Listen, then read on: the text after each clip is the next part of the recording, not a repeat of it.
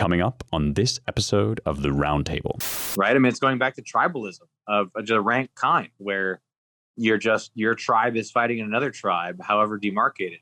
So I mean, how does that relate to the larger sort of elite play, which is, I mean, in my mind, it's just as simple as the left sees they're in control of everything, but not by a lot. And a lot of people are very angry, and they have to just push the racial stuff as much as possible because it gives them a little bit of an edge in electoral politics to hang on. It's all they know. So they're just pushing it to as much as they can. Find the video, push it out. There's got to be a riot. There's got to be a protest. So we don't keep this up to 11, we're going to lose.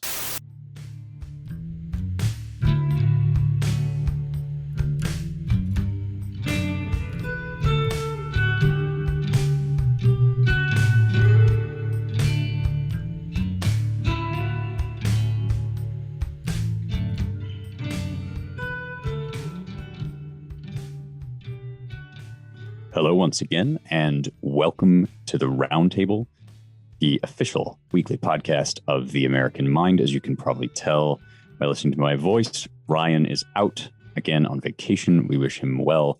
It means you're all stuck with me. As per usual, I'm Spencer Clavin. I'm the associate editor of the Claremont Review of Books and The American Mind. I'm joined today, as always, by Seth Barron, managing editor of The American Mind, Matthew Peterson, founding editor of The American Mind, and James Poulos, executive editor of The American Mind. Gentlemen, it's lovely to be with you as always. There's no escaping, of course, today being the 21st of April, and you'll hear it, I guess, on the 22nd. There's no escaping talking about the verdict that was delivered in the trial of, I guess it's Derek Chauvin, as how I've heard it said. He's the cop that was involved most prominently with the death of George Floyd in Minneapolis. This trial has been going on for a while. The nation's been holding its breath, not only to find out what the verdict will be, but simply because there's a just remarkable sort of drama playing out on the national stage in which mobs, rioters tore our cities apart over this. Last year, it's been openly threatened that they'll do it again. Antifa was plotting to riot, one way or another, whether it was a guilty verdict or a verdict of innocence. Certainly, if there were a verdict of innocence, we were all ready for just a, catastrophic teardown of American cities and perhaps also suburbs as well. There were incursions into the suburbs as well last year. And so it was hard to really watch this and think that anything like justice could possibly be done. I mean, how do you sit on a jury as the press is threatening to dox you, as the whole nation, including public figures such as the president, Joe Biden, and Maxine Waters, and all of these folks are out here basically calling for you to come to a conclusion, or else how do you do justice? And so yesterday, when it was announced that the verdict would be delivered, I think everybody was incredibly on edge. It turned out that Chauvin was found guilty on all three counts of murder and manslaughter, which were raised against him. It's very, very likely there'll be an appeal. But at this point, if you're listening to my voice, it's also very likely that you know about this and you've heard a million hot takes. We're going to try and bring you something different on this show, hopefully some takes that you haven't heard elsewhere. And I know that's what you come to us for. So I'm going to start actually by reading two quotes, one from the left, one from the right. The first one is from the infamous, I use the term comedian lightly, Chelsea Handler, who tweeted, causing uproar and fervor. She tweeted, "So pathetic that there is a trial to prove that Derek Chauvin killed George Floyd when there is video of him doing so."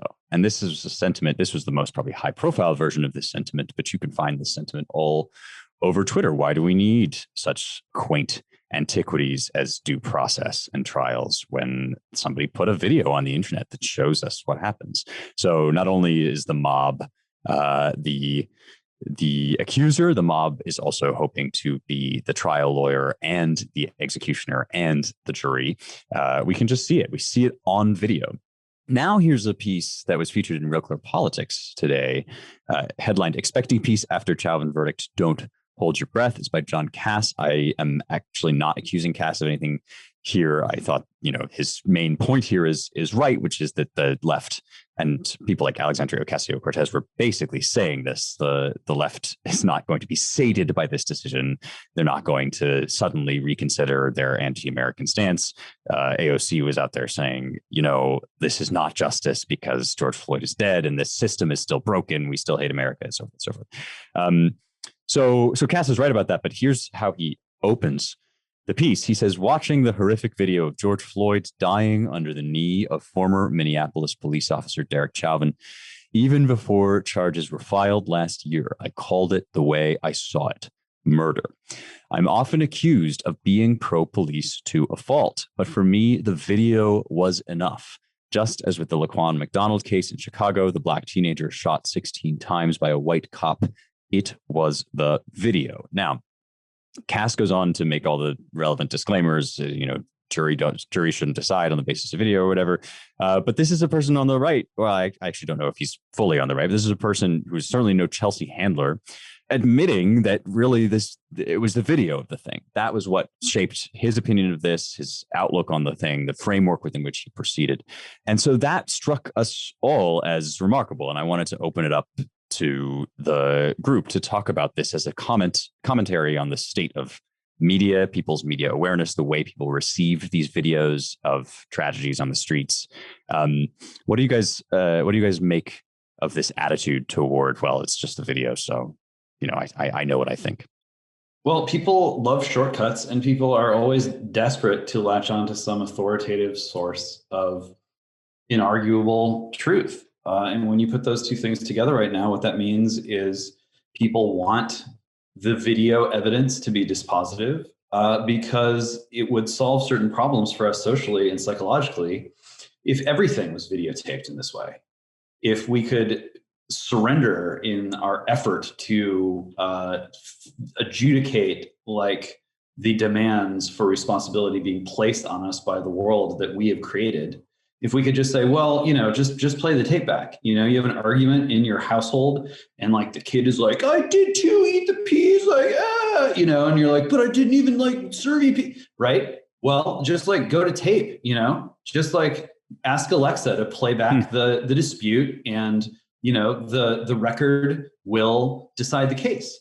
I think there's a powerful yearning right now in America for technology that can relieve us of the burden of incompetent leaders and officials who have lost their authority.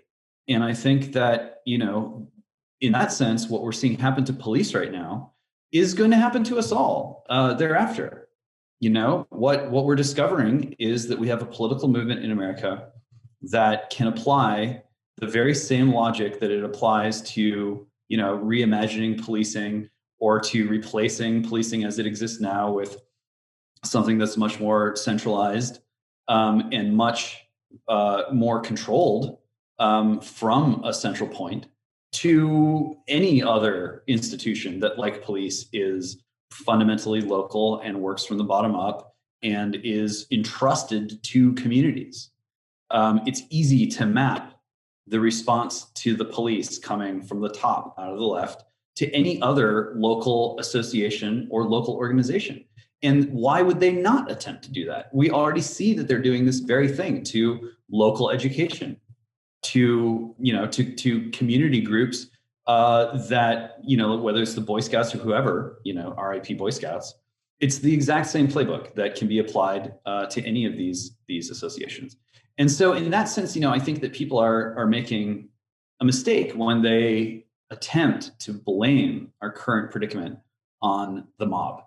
We all know that, mobs present a certain kind of particular problem to the question of political order, and mobs are bad and mobs are hard to control. And, we can all talk about mobs, and much of what made the 20th century a sort of touchstone for people to say bad things about and to compare events to in an unflattering light is because of the mob.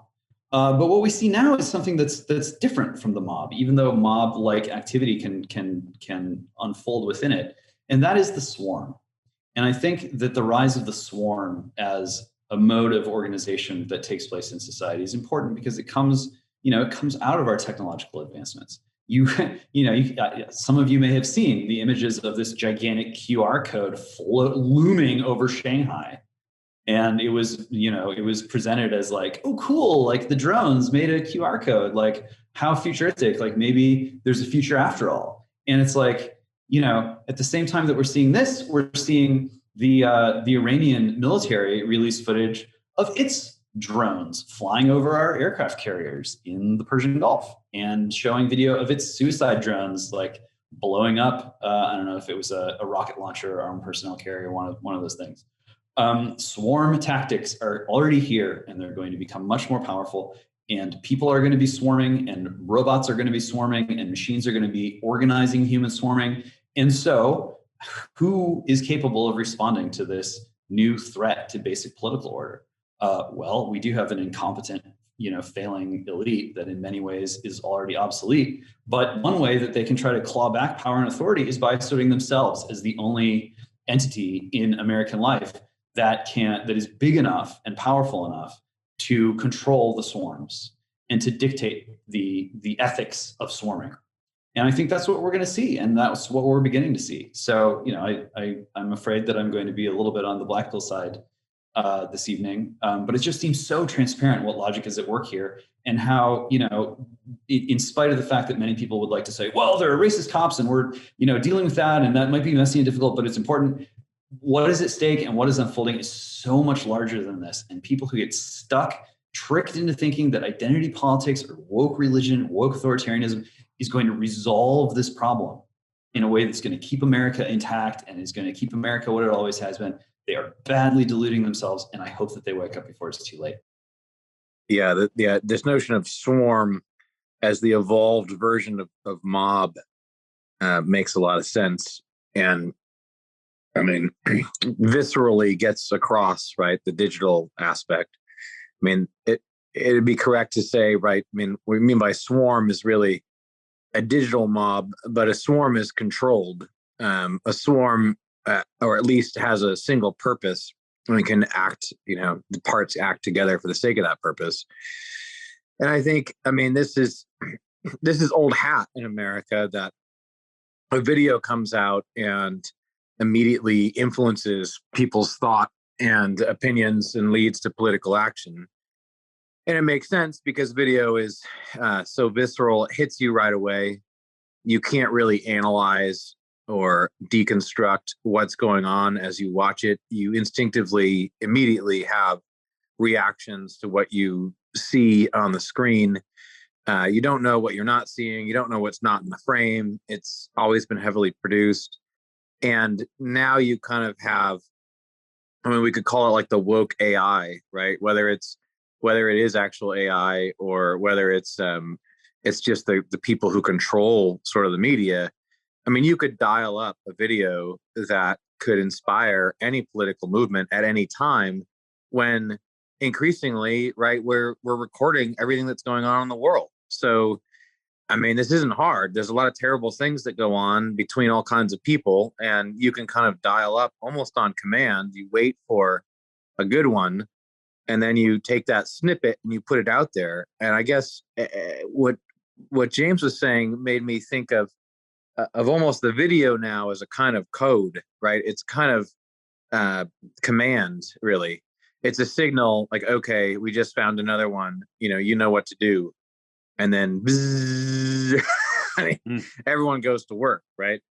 The Floyd video, the verdict we just got through, I mean, you can boil down everything that happened to the fact that, as the word that everyone used was excruciating. It was an excruciating end to the incident in that video. And they knew they had a winner, and everything that happened and the extent to which it happened was all based on the fact that they had actually found something that was valuable in terms of production. And, when the next one comes out of these girls fighting and this girl trying to stab another girl, I mean, without even seeing it, everyone knows what to do. They have this little, 30-second code plays, and it activates all the usual madness. And I mean, part of it is already baked in. This is already something that the culture masters have been, they've already created the grooves of the story, of the narrative, so that you know what to do as soon as you see the people in the video. You know who's the bad guy and who's the good guy. And what's remarkable to me about all this is how the people in these videos become beasts or gods. I mean, they're either reified as, Pelosi saying, through George Floyd, we're basically all saved. He sacrificed himself for our sins. Or you get beasts like, bad people. And you can reverse that depending on, which side you're on too. You have someone who's like an animal and someone who's like a god. And it's why, because they become actors, they become performers in a drama that other people are seeking to direct from this, cut of real life. So none of it, they can become symbols disconnected from whatever the hell actually happened immediately as soon as the video plays. And it's an odd thing because, when you look at any of these incidents and you just think about them outside of the box as a story, there's all kinds of weird tensions in the people. There's mixed motivations on all sides. All that drama, all the reality is just gone. And they become these like icons, right? They're like iconic symbols for this movement. So I think as much as digital technology has made people realize what's going on, where they don't trust, the fake news, or both sides don't trust the fake news, they see that they're being manipulated. This kind of honing of a video as a weapon has been perfected. And there's no real reason for that to stop, because there's only going to be more and more footage to use, so to speak, as we go on. So it's a matter of just controlling, which of those images from real life you rip out and how you use them as weapons. And that's what we see here. And then at the same time, I guess you also have a population that I think is functionally illiterate and doesn't really have any way to counteract the influence of this kind of media, because they're not really engaged in other human activities that would kind of perfect them or keep them well-rounded. And there's really no way for people to evaluate. I mean, they're like a fish in water if all they do is just go with the current of the dominant medium. And, that's where we're at. People are just going with the flow. The education system is just gleefully setting up the grooves in their mind that this code or this video that plays a signal triggers, and then they know what to do. So, on the other hand, I guess to be a little less black-pilled, and I'm curious what people think about this. On the other hand, you certainly see a visceral reaction on the part of the right that is also getting more pronounced, just saying, no, this is ridiculous. And you also see the two movie, like people watching the two movie syndrome, especially with the latest one with the girl with the knife. There's a hell of a lot of people online going, no, this is a bridge too far. I see the code activated all of you, but I deny completely what the meaning of this is. So, I don't know if I'm misreading that, but I do get the sense that the division in America, it really matters here. And you see a growing belligerent divide on the right to reject this kind of practice or this kind of, cultural habit of political action. Yeah, this is a sort of interesting feature of the Chauvin verdict that I was reflecting on yesterday in the aftermath of those guilty verdicts, was that the input variables in that code or that equation, Matt, that you're describing are fewer and fewer every day. That is, the things that would actually change and then have an effect on some appreciable number of people's reaction are extremely limited. And that's true. It's certainly true on the left, in the sense that there was no verdict that would have caused them to say, oh, actually, America is a place where justice is served. And on some level, you have to kind of respect that as a serious political attitude. They have an objective in mind, and that is the unmaking and remaking of America in the image of the most radical sort of Marxian progressivism. And anything short of that objective, success at that objective, is not going to be greeted with celebration. It's just going to be sort of treated as a given. This was, of course, what must have happened. Anything less than this would have been a travesty. The mere continued existence of the country in which this occurred is a travesty, and we push on. And this is something that, on some level, I suppose the right could learn from in the positive direction. If we were that serious about achieving our political aims, I think we'd get a lot more done. But in any case, that script was written on the left. And the only question, I suppose, was how much rioting they were going to be able to pass off as social justice. And was it, in the case of an innocent verdict, they could have just gone completely berserk. In this case, they had to hedge their bets a little bit more, but they still said, this isn't justice, the system is still broken, and so forth. Then on the right, at the same time, the elements of a legal trial that would have helped us to sort of gain new information about this case had all been stripped away. All of the sort of roadblocks to political grandstanding, all of the things that conduce to objectivity in we hope a normal political trial were gone. And so we had no faith. Nobody really had any faith that this, whatever we thought going in about the Floyd case, nobody had any faith that this was going to reliably change his priors, because all it really looked like was this sort of show trial that had been orchestrated and guided by all of the very sophisticated sort of media tactics that James and Matt have now articulated to great effect. But Matt, I do want to talk about this other case that you raised. The name is Ma'Khia, I think, again, not totally sure that's the right pronunciation, but Ma'Khia Bryant. She's 16. This is Columbus, Ohio. And Matt, as you note, right, each of these cases, if we were to be able to access them outside of the morality play that they're sort of shoehorned into, would be tragic cases. These things are happening on our, this happen on any major nation. Terrible things happen on city streets. Seems to have been an armed confrontation between Bryant and another girl. Bryant, quite clearly in the footage, has a knife. The cop, a rookie cop, shoots to stop her from killing the other girl, and kills Bryant. This is now being like force-fed, shoved into that equation by those who would like us to be doing more rioting than we currently are. Just really kind of like a meat grinder churned through that equation when it so obviously doesn't have any of the requisite features, because this is clearly a justified use of force, at least, from the video, right? Stipulating that you might investigate other things, but the video is all we have to go off at this point. And then the public statements. I'm seeing a lot of people on the right. There's more kind of ability here than in the case of Floyd to just say this whole thing is BS. It's so patently garbage. You're going out on the basis of no evidence, or in sometimes in contravention of the evidence.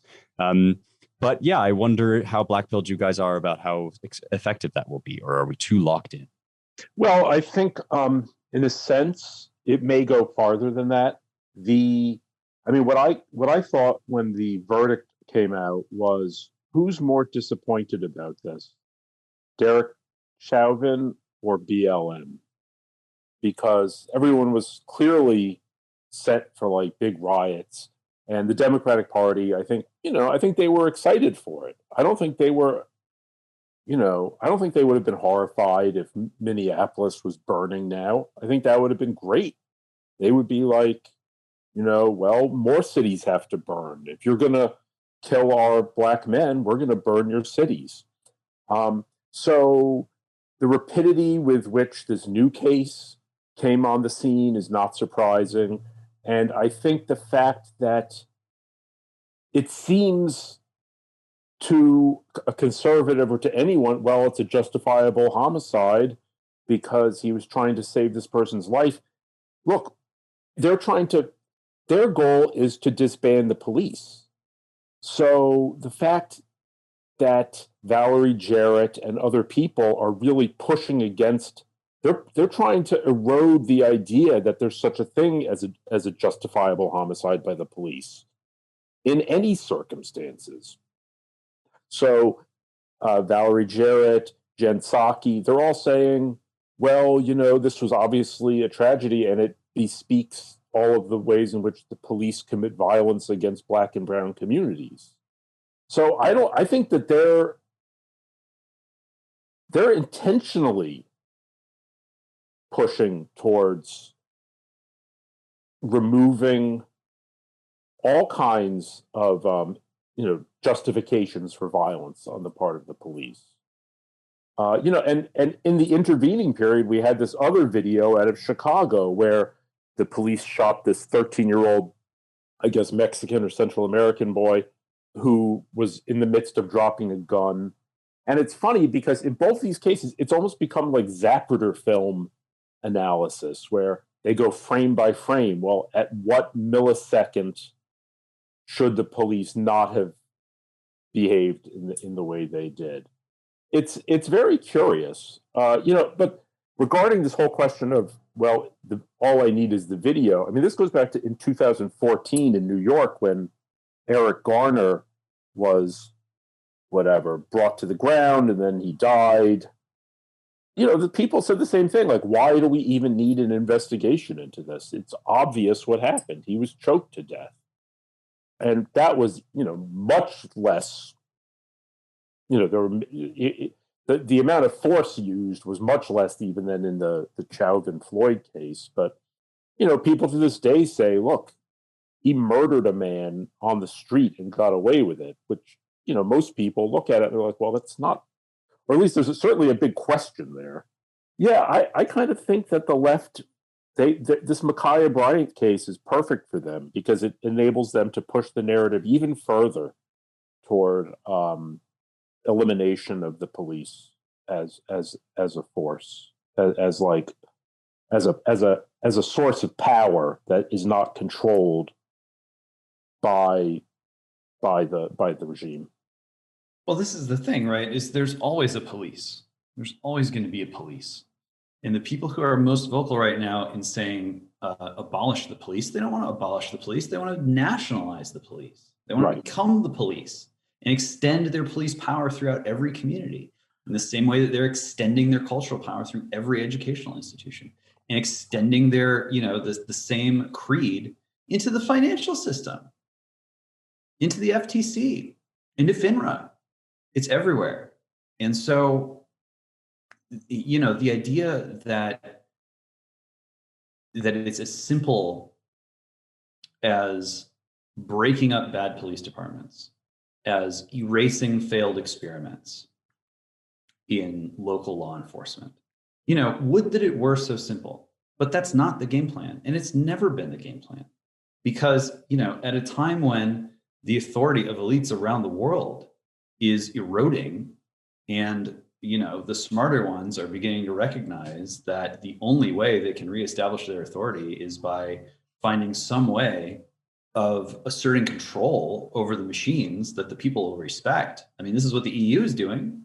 The EU is rolling out a big, I don't know if they call it legislation or regulation. It's, it's one of those big omnibus things. And they're taking a very aggressive posture against the big tech firms and against, the uses and abuses of AI. We can argue about whether that's, the right approach or the wrong approach, get down into the weeds. But, China, Europe, Russia, India, Israel, these are political units that have a very clear understanding of what needs to be done to conform technology to their culture. And, some of these countries are democracies, some of them are not. But in all of these instances, the pattern is clear. And in the US, we are in the midst of a civil war over how to do that. And it's a digital conflict. So it's not, it's not going to be tanks in the streets and massed battle formations and all the rest. But it's, it's clear that what's going on with the police is just a piece of this larger puzzle. And that it's not going to be resolved by, getting rid of the bad cops or, cleaning house. That's not the program. It's about this much bigger thing. So, let's talk about that a little bit because it's not immediately apparent how the undermining of the legitimacy of authority. I think that's it, right? The underlying problem is what legitimates authority, what gives you the right to rule, or what gives you the status in the eyes of the people to rule. All of that has been undermined. All of that is being undermined every day. So, okay, we put it in the broad framework of things and we say, look, all the experts are wrong. No one trusts any of the institutions. And so, of course, they don't trust the police and they want to replace them. But I mean, I'm curious what you think how this connects in a way to the larger digital world, because I don't think that, right, BLM or any of the racialists that we're talking about really even think about that stuff much at all. I mean, it's shaping them, but I don't think they're shaping it. They want to get rid of the police because they want to establish an immediate sort of tribalized hierarchy, right? I mean, my sense of it is, if you really let, Antifa has a little bit of, economic or political theory as well. But what they really want is a kind of people's woke tribunal that would essentially allow, it'd make it diverse, but it really seems for BLM, it'd be Black people taking out revenge on white people in tribunals and basically, doling out rewards and punishments with the force of law in these communities based on race. I mean, that seems to be ultimately what they want. And that in a way is, it's going back to something that's, it's primitive, right? I mean, it's going back to tribalism of a rank kind, where your tribe is fighting another tribe, however demarcated. So I mean, how does that relate to the larger sort of elite play, which is, in my mind, it's just as simple as the left sees they're in control of everything, but not by a lot. And a lot of people are very angry, and they have to just push the racial stuff as much as possible because it gives them a little bit of an edge in electoral politics to hang on. It's all they know. So they're just pushing it to as much as they can, find the video, push it out. There's got to be a riot. There's got to be a protest. So we don't keep this up to 11, we're going to lose, right? But is there something deeper here in the connection between let's get rid of the police and establish like a tribe, a woke tribunal, a la Batman, Christopher Nolan, and the digital sort of changes going on? Well, yeah, there are a couple things going on. So like we all already know that in many cases now, right now, today, what happens online, what happens to you on the internet is more important than what happens to you offline. The harm that people talk about experiencing online, yeah, some of it can be sort of spectral emanations of their like oversensitive imagination, but some of it is real. You can really destroy someone's life on the internet without ever meeting them in person. And so the concept of reimagining policing that we hear bandied about is one that goes far beyond like making sure there are more social workers in the neighborhood than cops on the beat or whatever. This is like a wholesale recreation, a refounding of the police power for the digital age. One where centralized overseers run a social credit system that works as well online as it does off, and where you can't get away with stuff online that they don't want you doing. It's the only logical way to create a police system based on woke premises that is built from the ground up for digital life. It is to create an equivalence between online life and offline life. It is to make sure that the same people are calling the shots in terms of what gets enforced and what doesn't, who can step across which lines online and off. And the line between the elites and the non-elites on this is blurring away. I mean, the elites made the decision, 20 years ago that they were going to start bringing people in and promoting them up the chain who could in no conceivable way be described as elite, aside from the fact that they had a certain kind of indoctrination and a certain kind of credential. And so the line between elitehood and just, you're in the room, but you're not really that exceptional in any particular way. Right. The line between those two groups is blurring away, online and off. And so the rules that this group of people create to police us online and off are, they may not be starting from the exact same premises, and there are certainly some underlying conflicts or tensions, as your average Bernie bro can attest on his own podcast, and make good money doing so. But they're merging, and there's a big test here as to whether or not wokeness can be fully merged into neoliberalism, and as to whether computation and corporations can go hand in hand. we can talk about sort of what our side can do, should do, is doing. But when you look at something like Bitcoin, I mean, I see in that proof that that despite the apparent power of the corporations and their role in fomenting or fostering woke capital, they are confronting an increasingly powerful alternative in the form of computation as a business organization. And so, corporations are trying to find a way to survive. The elites are trying to find a way to survive. The deal that they have made is to kneel before the woke religion and to admit the woke priests into their money changing houses. We'll see how it shakes out. It's scary to see these forces come together and act in ways that are completely out of step in every way with the most basic tenets of Anglo-American law.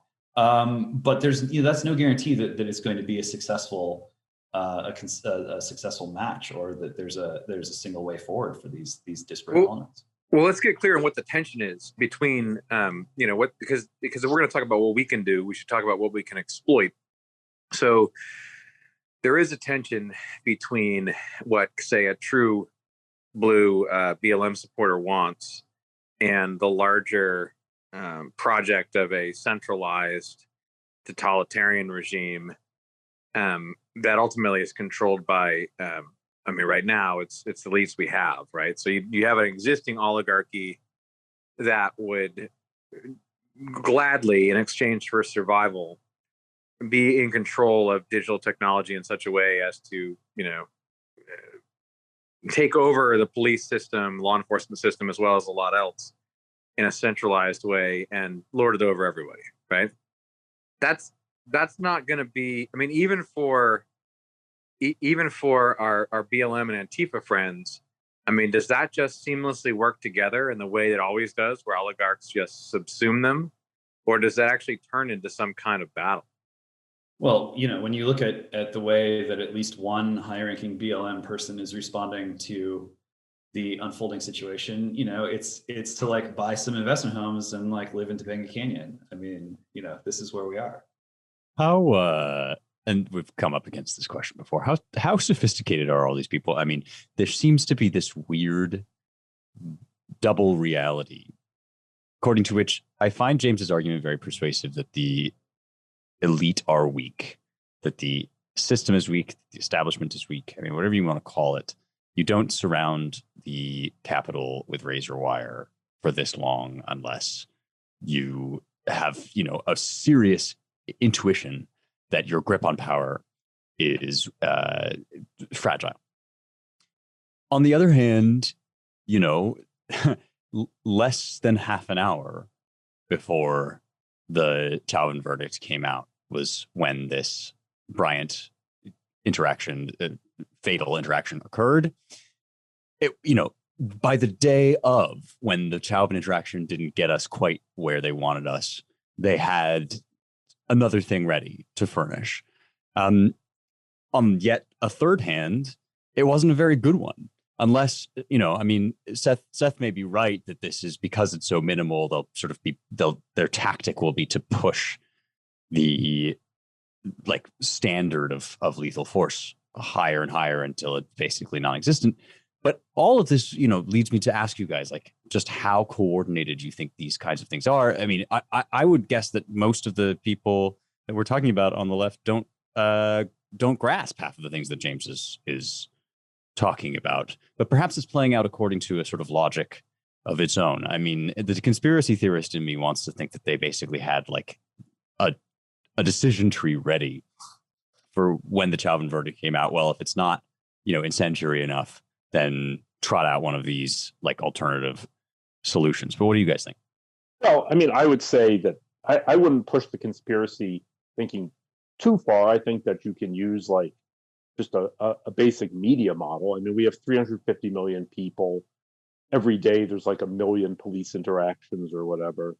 There's always going to be something that comes up that can be pushed, at least every day throughout the course of a given year. Either the police or a white person kills about 1,000 black people. Now, many of those are going to be what are considered justifiable homicides.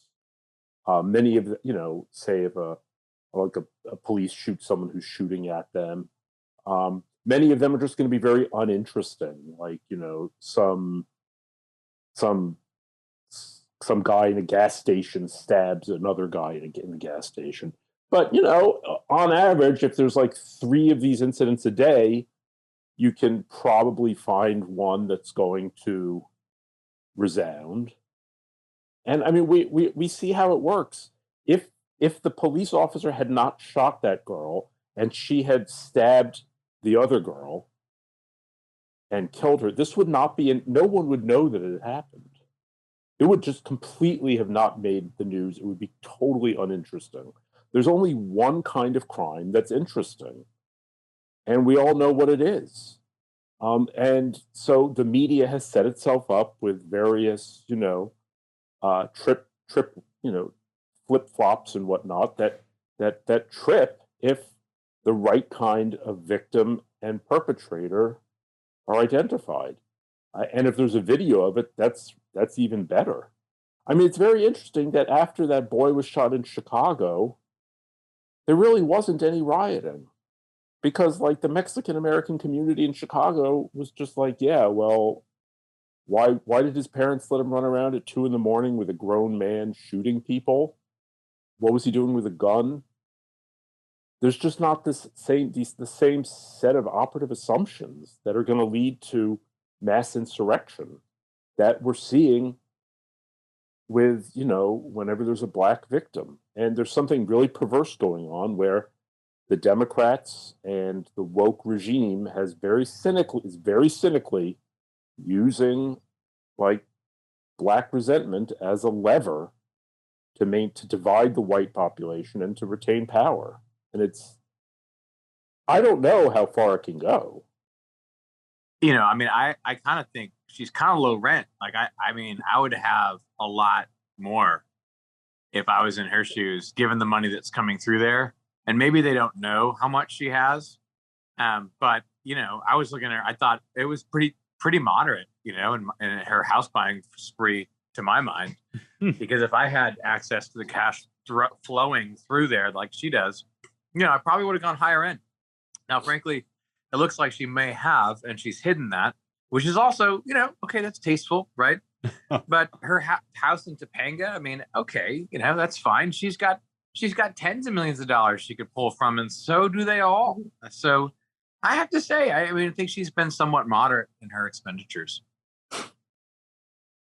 Yeah. So, I'm not gonna insult anyone on or off this podcast in this area. I mean, it is true that there's a certain elegance on paper to the idea of racial reparations, but everyone knows that it won't even a UBI of reparations would never end. It would never solve anything. It would be accepted or welcomed by some people, other people would roll their eyes, and most of everything else would go unchanged. So, the one group that I do actually want to single out for an insult on this podcast is just the absolute imbeciles who are telling people, like our very own Matthew J. Peterson, that he is a conspiracy theorist and a conspiracy monger of the most bog standard sort. And, I want to be quite clear that, as I have said,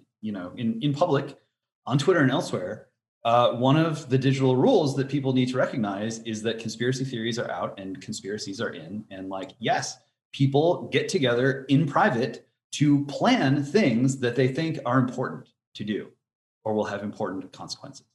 That's a conspiracy. It's not the legal definition of a conspiracy that can get you in trouble, but free association, people privately assemble and they try to plan stuff out to the best of their ability. And so, if, as I've said, if you're a foreign intelligence agency, you didn't have people on the ground in the Capitol on January 6th, you were not doing your job. If you are like a committed left activist and you do not have a flow chart for these kinds of events that you don't want to happen, but there are certain benefits and advantages that accrue to your movement if they do happen and play out in a certain way. If you're not doing that, you're not really doing your job as well as you could be.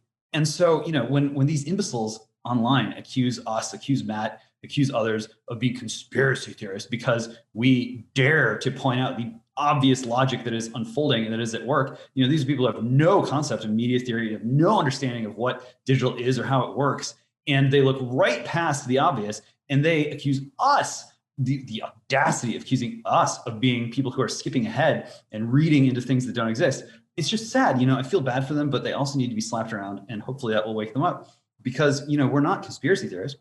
We're acknowledging that conspiracies do exist. They're everywhere. People are scrambling to assert some control over their world. They know that their leaders aren't coming to save them. And they know that, there could be much more of this kind of pointless drift under a caretaker government or a sequence of caretaker governments, unless they get together with people who are like them, who share their identities, and try to take some control of the political situation. So between that and between, the bigger picture and the unfolding logic of technology that we're all sort of experiencing, and you can actually learn about and draw some conclusions from, that's what's really unfolding. And so, I'm not going to name names. You know who you are. Take this ridiculous language and put it back where it came from.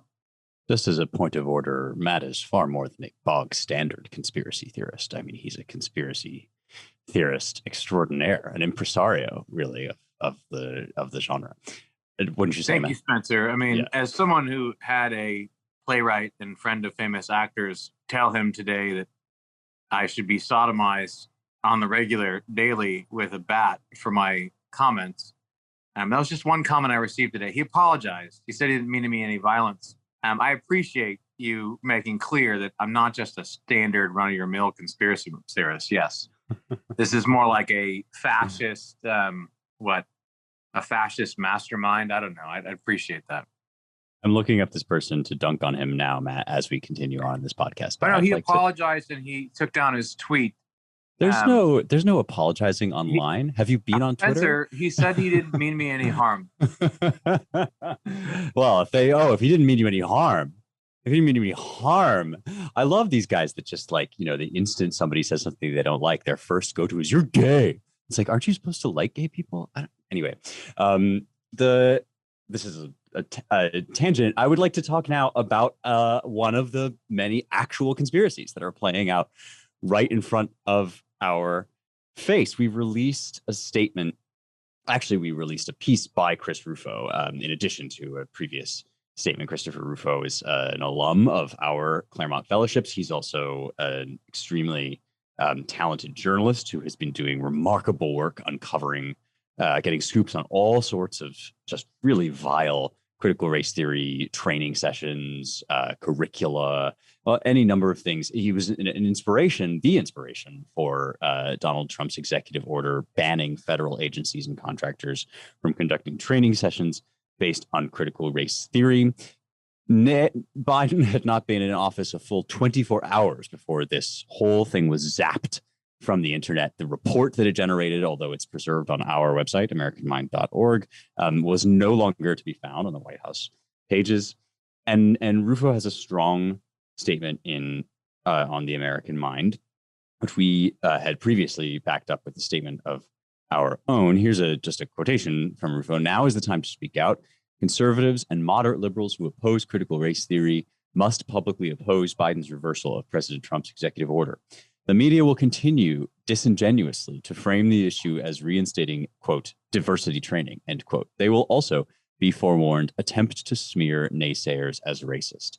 But the truth is in the text of the order. Its reversal eliminates protections against racial stereotyping, scapegoating, and harassment. This makes reversal an implicit endorsement of the idea outlined in the order that, quote, America is an irredeemably racist and sexist country, and that, quote, some people, simply on account of their race or sex, are oppressors." If you think that Rufo is just another hair on fire right-wing crank, like the gentleman on this podcast, myself included, then you need to spend like exactly 5 minutes on this nifty new thing called the internet, where cool people are doing an ancient practice, performing an antiquated and outdated practice called journalism. Not just Chris, but Barry Weiss, formerly of the New York Times, has taken it upon herself to seek out some of the most appalling extravagances that live increasingly less in the shadows, but still, are sort of hidden from the public view.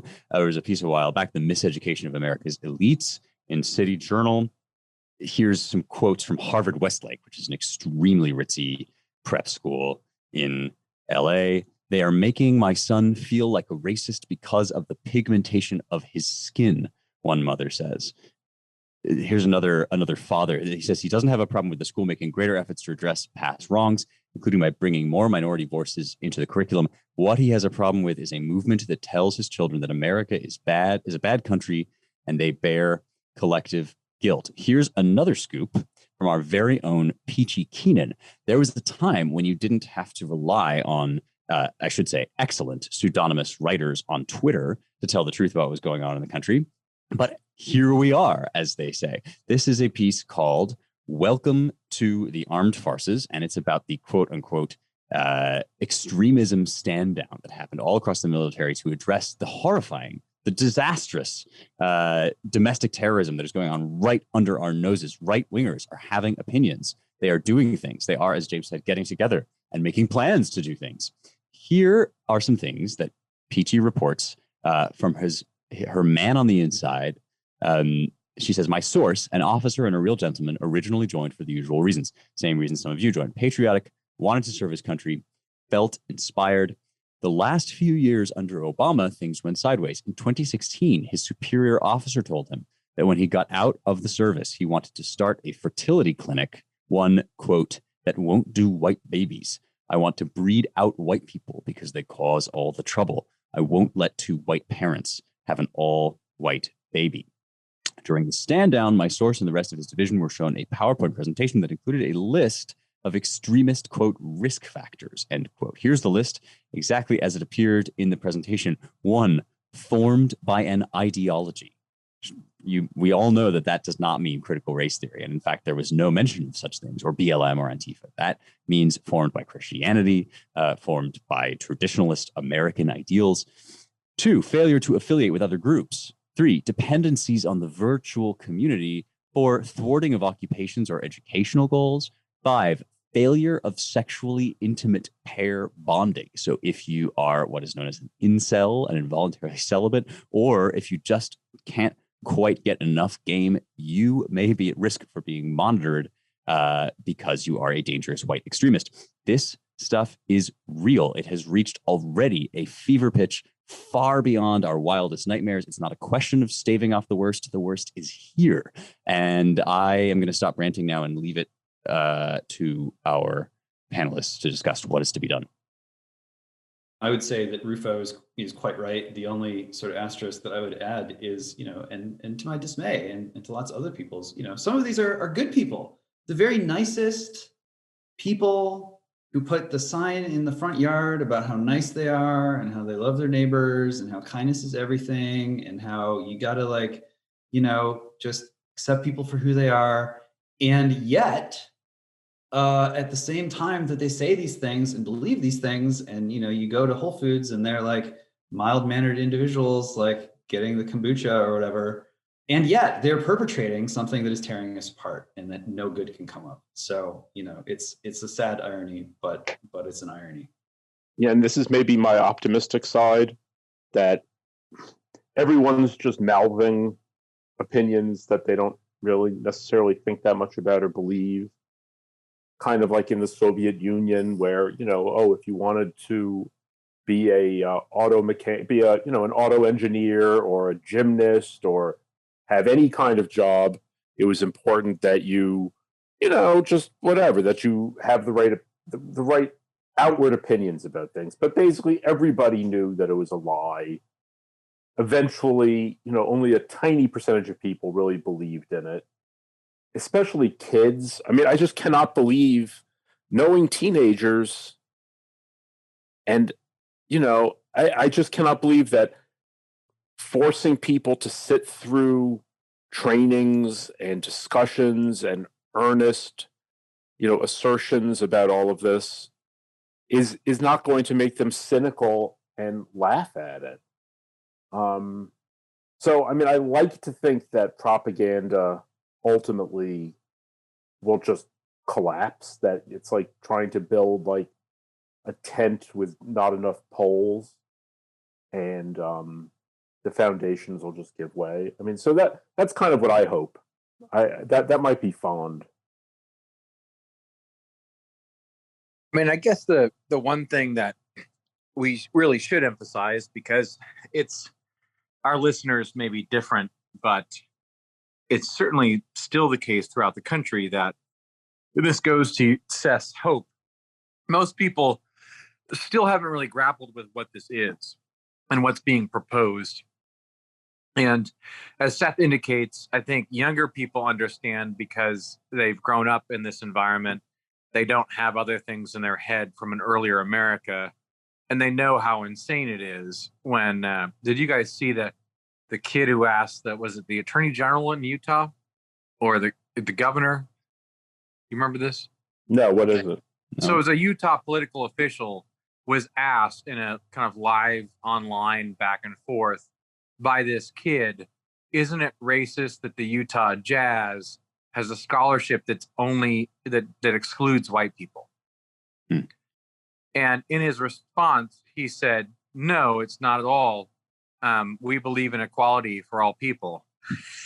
And this scholarship is great. I mean, if something along these lines, if you're a kid, you're looking at that, and I'm sure whatever kid asked the question is going, okay, so you just basically contradicted yourself. You're saying equality for all, and this scholarship excludes white people. This is all BS. And I think to Seth's point, like, that's definitely the case for a lot of younger people. And I don't think that a lot of adults realize the perniciousness of this. Certainly a lot of our leaders don't, right, on the right. They're either afraid of being called racist still, as like the boomers they are, or they really are in denial about what this movement is and how it's being utilized and what the end game is. So that's certainly true. A lot of my friends and colleagues in larger corporations across the country will give me stories, especially in middle management, where they'll say, well, the one silver lining of woke HR is that I notice when people are talking about this in these meetings, they really have a lot of willful denial or just do not see what it actually is, right? And once they do, they do flip the switch, and all of a sudden they go, oh my gosh, I don't agree with this at all.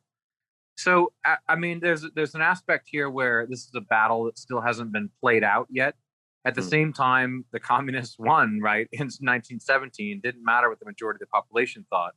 So, I mean, I guess I would say with what we published by Chris Rufo, which I encourage you to read at AmericanMind.org, and with the statement we put out, which I think is very reasonable, and you should ask your government officials, your school officials, and people who represent you whether or not they assent to it.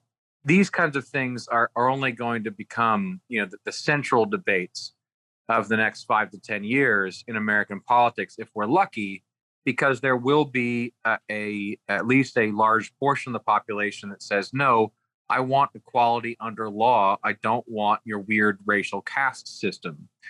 And of course, the entire celebration parallax, as our friend Michael Anton would call it, is that they're gleeful about the racial caste system. But if you point out that's what they're creating, they say, you're racist and you're terrible. And I'm sorry, like I don't really, this isn't really a white pill, because I don't think this necessarily ends well. But it is true that most Americans of whatever stripe do not want equity in the way that these people mean it or say it. And furthermore, we still live in a society that's, with an imploding middle class in many ways, where people are not down with the oligarchs either, or the oligarchs, either the lovers of oligarchy in the upper middle class, the actual oligarchs. They're not down with that. They're not okay with it. So you have the makings of a real resistance that's certainly out there. And it's not going to be as simple as the country rolls over in the next 5 years, but that doesn't necessarily mean things end well. And that's as cheerful as I can get on this Wednesday evening. Yeah, well, I certainly think the crucial point about holding your representatives, your elected representatives, accountable is if not a hopeful thing, then that's a real action item. I mean, you can go and genuinely demand that anybody who gets your vote puts his foot down or her foot down in a serious way about this stuff. That is all the time that we have for this week. Next week, you'll get Ryan Williams, our president and publisher, back. I should note we've been promising for a while to do a series of segments week by week on the state of the American right. That is still in the works. Just wanted to wait until Ryan was back so that he could lead that, since he's the man to do it. And he's been working on a plan for it. So hopefully we'll return to that next week.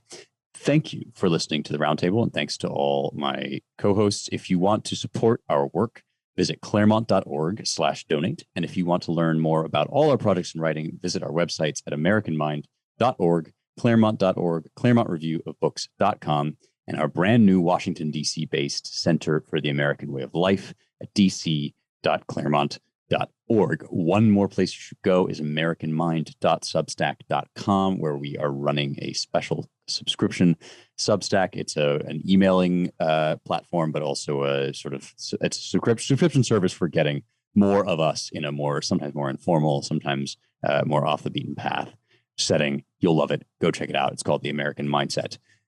Finally, please rate, share, and subscribe at Apple Podcasts or wherever you get your podcasts. Give us a 5-star review. That really helps the show. And thanks to the production and engineering crew, Jake Gannon and Annalisa Lee. Thank you all for listening. Talk to you next week.